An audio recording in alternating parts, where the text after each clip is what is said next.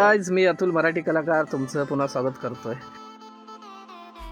तर आज आपण आलेलो आहोत बँड्राला, म्हणजेच बँड स्टँडला, आणि तसेच आपण आता शाहरुख खान यांचा बंगला पाहणार आहोत आणि तसेच तुम्हाला बँड स्टँड इथलं नैसर्गिक वातावरण दाखवणार आहे। म्हणून हा व्हिडिओ शेवटपर्यंत बघा, कारण खूप मजा येणार आहे। मित्रांनो, तुम्ही बघू शकता ही जे लोक थांबलेले ते शाहरुख खानच्या बंगल्यासमोर, आणि शाहरुख खान येण्याची सगळेजण वाट बघत आहेत। म्हणजे दररोज अशा हजारोच्या संख्येने असे फॅन्स इथे येतात आणि त्यांना भेटायचा प्रयत्न करतात, फोटो वगैरेही काढतात। मग आपण का मागे राहायचं, म्हणून मी सुद्धा एक फोटो काढला।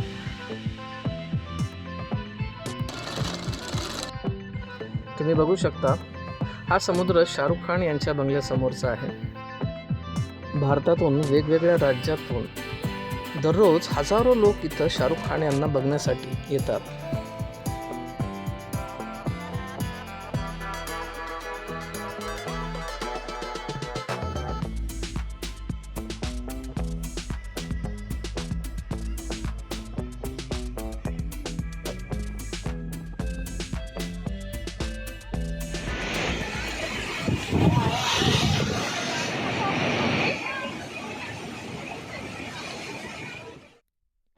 काही तास या समुद्रावर बसल्यानंतर एक वेगळ्या प्रकारची पॉझिटिव्ह एनर्जी अंगात संचारली आणि जीवनाकडे बघण्याचा दृष्टिकोनही बदलला।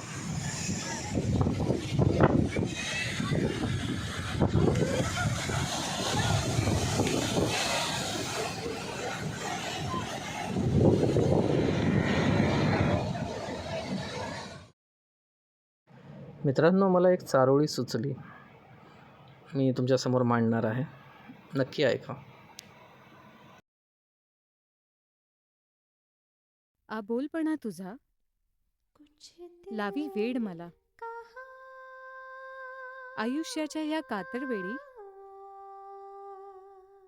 उडून गेली पाखरे नवचैतन्याची। तुझ्या माझ्या विरहाचे दुःख पाहुणी जणू समुद्र रडू लागला, जणू समुद्र रडू लागला।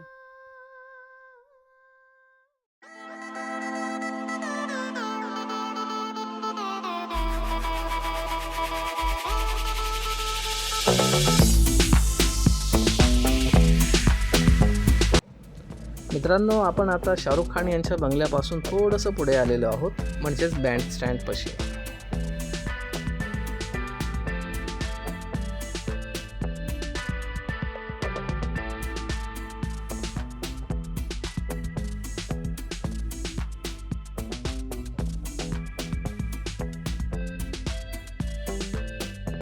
पावसाळ्यामध्ये या ठिकाणी बरेच पर्यटक फिरण्यासाठी इथे येतात। मित्रांनो, जर तुम्हाला इथे यायचं असेल तर तुम्ही दादरवरून लोकल ट्रेनने येऊ शकता। तुम्हाला बँड्राला यावं लागेल आणि तिथून तुम्हाला ऑटो, बस वगैरे मिळून जाईल। बँड्रा हा मुंबईतील सर्वात महागडा एरिया आहे। तुम्ही जर मुंबईच्या बाहेरून येत असाल तर तुम्हाला राहण्यासाठी दादर येथेच व्यवस्था होऊ शकते, तेही कमी खर्चामध्ये। त्यामुळे चांगला प्लॅन करून या मित्रांनो।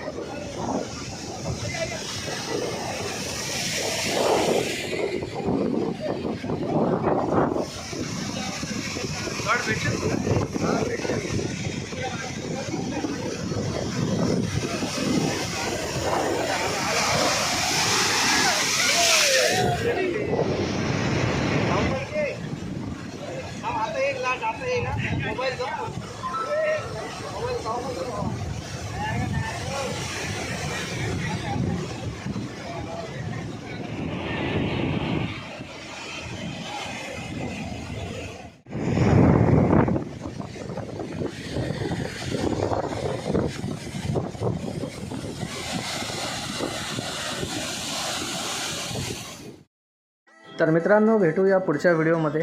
तोपर्यंत माझ्या चॅनलला लाईक करा, सबस्क्राईब करा आणि हो जमलं तर शेअर नक्की करा.